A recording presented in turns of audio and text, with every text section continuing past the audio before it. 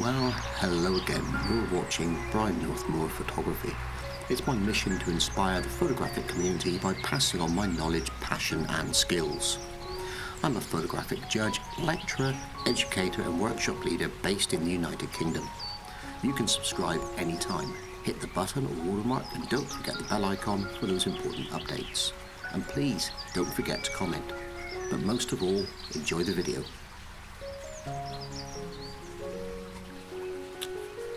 Well, hello. We're still in the lockdown situation and I'm trying to be creative again. So it started me thinking about, well, what actually is landscape photography? Where does landscape photography end and where do other forms of photography begin? And I'll get to my reasoning for that in a minute. So I consider myself to be a landscape photographer predominantly. And when you put yourself in a pocket, then things can become a little bit restrictive. So last week it was garden bird photography. This week I'm looking at photographing flowers. Not my normal subject, but if you think about it in its more extreme, say not extreme, say a broader sense, you could still consider it to be part of landscape photography because they certainly do grow in the landscape. But with the situation that we're in at the moment, without being able to go out too far or get anywhere, then it leaves our options a little bit sort of limited. Now I was going to try and build on last year's successes and shoot bluebells again, because last year I seemed to get some decent pictures of bluebells, which is something I've been trying to do for a long time, and I've never managed to really be successful at them. But I'm very lucky because I've got bluebells growing on the edge of our driveway in the garden. And I'm very lucky because I've got the blue variety, the white variety, and also the pink variety. Now I'm not a horticulturalist, I don't know anything about plants and flowers at all, so we'll just call them blue, white and pink for now. I'm sure somebody knows exactly what they are and why they're different colours. But I thought maybe, I'm going to tell you what the vision I've got now so that you can see what the final result looks like. And then I can decide for myself at the end whether I like the final result as well. But I've got this idea about putting together a triptych of the three different types of bluebell. So the blue, the white and the pink. I'm not quite sure what order they're going to go together in yet. But I've got them all here and I can, the light's fairly, yeah, it's just starting to go down, so I'm getting some soft light that I want for these pictures. So I'm going to be shooting again on the Canon 5D Mark IV. I'm going to be using my 24-105 lens, obviously tripod mounted, and probably a cable release or the timer. I'll probably use the cable release. And I've also brought with me, if I can manage to rig it up successfully, a very plain white background, which I'm hoping to let it blow out of focus, so let it go very, very light, so I can have some very light sort of high key feel to these pictures with a very non-intrusive background, and just see what we can get on, and hopefully the background around it helps stop the flowers from moving in any breeze that we might have as well. So let's see how we get on with that.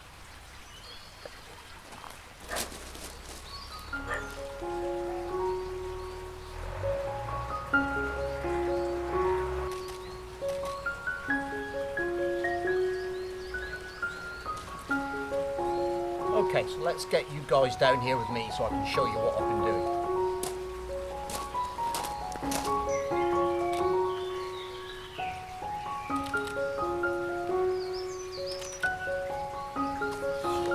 Okay, so I've been taking a number of pictures, and as you can see I haven't got the 24-105 lens on, I've got the 75-300.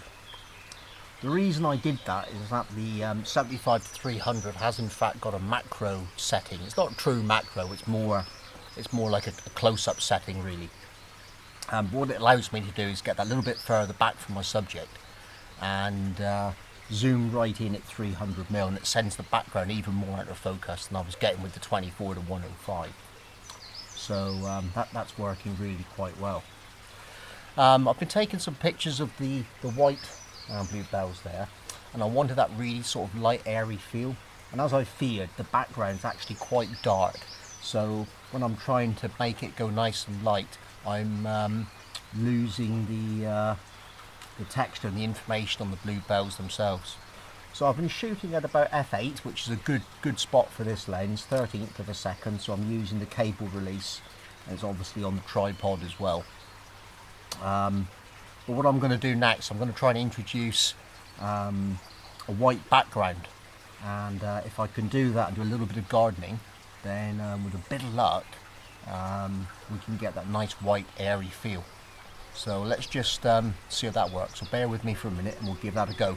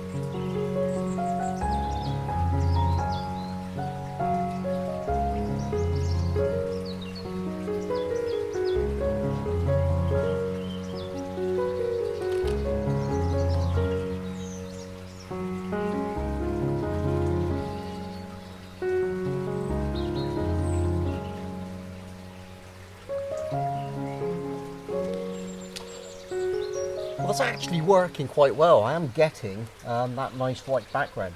What I'm actually going to do now though is try and maybe put something over the top of it just to cut the light down from above a little bit and reduce that contrast range a bit more. But I'm going to take a number of shots as it is at the moment, because I think if I start at +3 on the exposure, that's +3 stops, and go down to +1 and bracket every third stop, I think I'll possibly have what I want. So I'll put my hand in front of the lens just as a marker, so I know that my next set of photographs will be the actual ones that I want to take.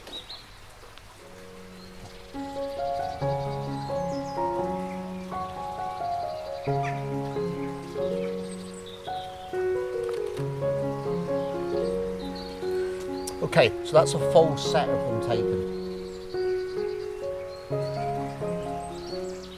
What I'm also going to do, because it's going to be part of the triptych, is I'm going to tilt the lens first to the left and then to the right, so that when I put the triptych together I can have the end ones leaning into the frame, but I don't know which ones I'm going to use yet. So I'm going to go with this. I'm going to work with this setup. I'm going to apply exactly the same techniques to the other ones, and when I've done that, by the magic of the internet and timing, I'm going to join you inside on the computer, and we'll see what we've actually put together. Okay, well here we are back inside the office and looking at Lightroom, or you will be in a minute. So last few days I've completed the photography that I was showing you earlier, and I'll have to be honest, some of the images that I'm going to show you, only the white ones though, are not the same ones that I was taking on that evening, because as hard as I tried, I had some issues with the white bluebells that I was photographing, and that meant that they weren't really suitable for what I was doing, so I did have to re-photograph that. So I'll explain that to you. I explained that I was going to show you a little about the process behind putting the triptych together. Now this is only going to be very, very, very brief, because I wanted it to show the overall process from field to screen, so to speak, rather than go into detail. So first of all, we're going to go into Lightroom. I'm going to show you the pictures that I've taken. I've actually taken, looking at the screen, a total of 286 images, and we're going to narrow that down to the ones that we're actually going to work on. So let's go into Photoshop. So here we are inside Adobe Lightroom Classic Photoshop. We have, as I said, got 286 images that we could search and go through. Obviously we're not going to do that. I've already pre-edited and gone through a lot of them, so I can instantly filter those down for you so that we can just look at the ones we're working on. So I actually selected these to work on in the end. So we've got some examples of white, pinks, blues. One of them I used earlier on that you would have seen in the earlier video. Now eventually I opened these up inside of Photoshop. So let's go into Photoshop and we'll open it up. So when I do my Photoshop videos, I put everything back to the default panel. The reason I do that is because I work on 2 monitors and not everybody does. So if I go back to a default panel, then all of you have got an opportunity to start at the same place if you want to try it yourself. So the first thing I did was I opened up a blank white document to the sizes that are appropriate to me, and that's shown down here in my background layer. So I'm going to open up the pink picture first, and I'm going to use that to start with, just to show you what we did. So after I finished processing the pink ones, I opened them up, I pasted them into this document as a separate layer, and it gives us this image.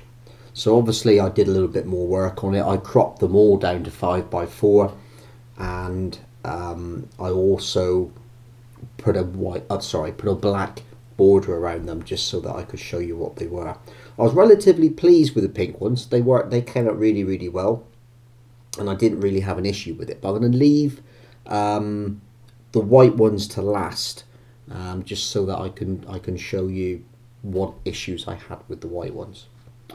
So the one of the problems that I had when I put them together was that I needed them to have a very similar background. So I copied the backgrounds and made backgrounds for the flowers to go against. So we have a background for the blue. We have a background for the white to go on as well. So the blue flower, once again, relatively pleased with it. It's got that light sort of airy feel. It could be a little bit sharper in certain areas, and that's down to the taking stage and the choice of aperture that I used. And if I was doing it again, I would probably go for a little bit more depth of field, because I think it would make it a little bit sharper, a little bit crisper, and work a little bit better in the final image. Now the problem one that I had was the white one. The white was very difficult to get the white flowers to stand out against the white background, and this is pretty much what I've got here, the best rendition of that I could actually produce. So that's as far as I got. That's why I photographed it several times. Some of them just didn't come out in the pictures, so I had to go back in and redo it again. In fact, I did it 3 separate evenings until I got this one that I was reasonably happy with. And to be honest, I could tweak this. I may get to the point where I get a more refined looking image. But the fact of the matter is, I want to get this video out, which is tomorrow morning now, and I've run out of time to do it for no other reason. So I may work on it in my own time separately.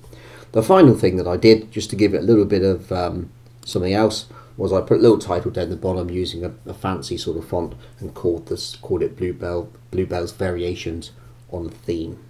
So let's go in and have a look at that final image, and I'm going to put that up in all its glory on the screen for you to look at before we finish.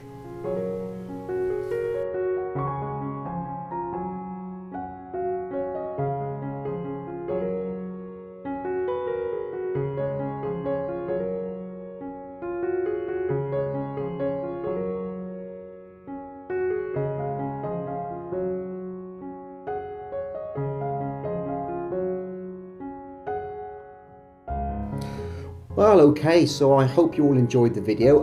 If you did, then please give it a thumbs up. I love to read and reply to all your comments. If you enjoyed the video, then please consider subscribing and watch some more. Most of all, enjoy your photography, stay safe, and I'll see you next time.